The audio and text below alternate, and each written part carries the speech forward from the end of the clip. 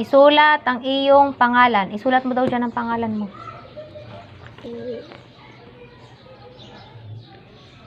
Sakto mo sa guhit.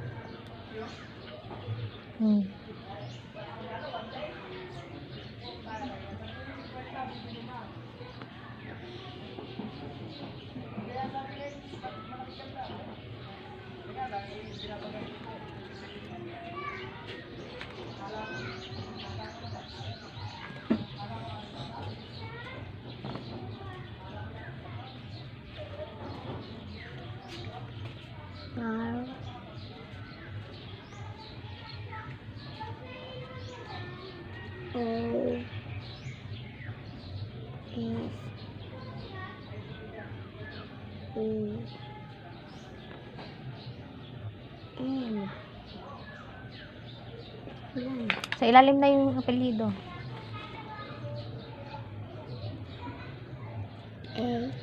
M. Kasi M na to eh. Alia Rose M. Magsino.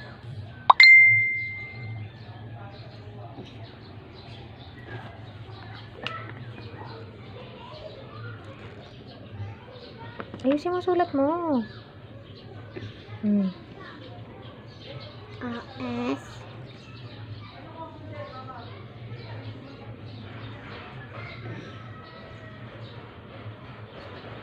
S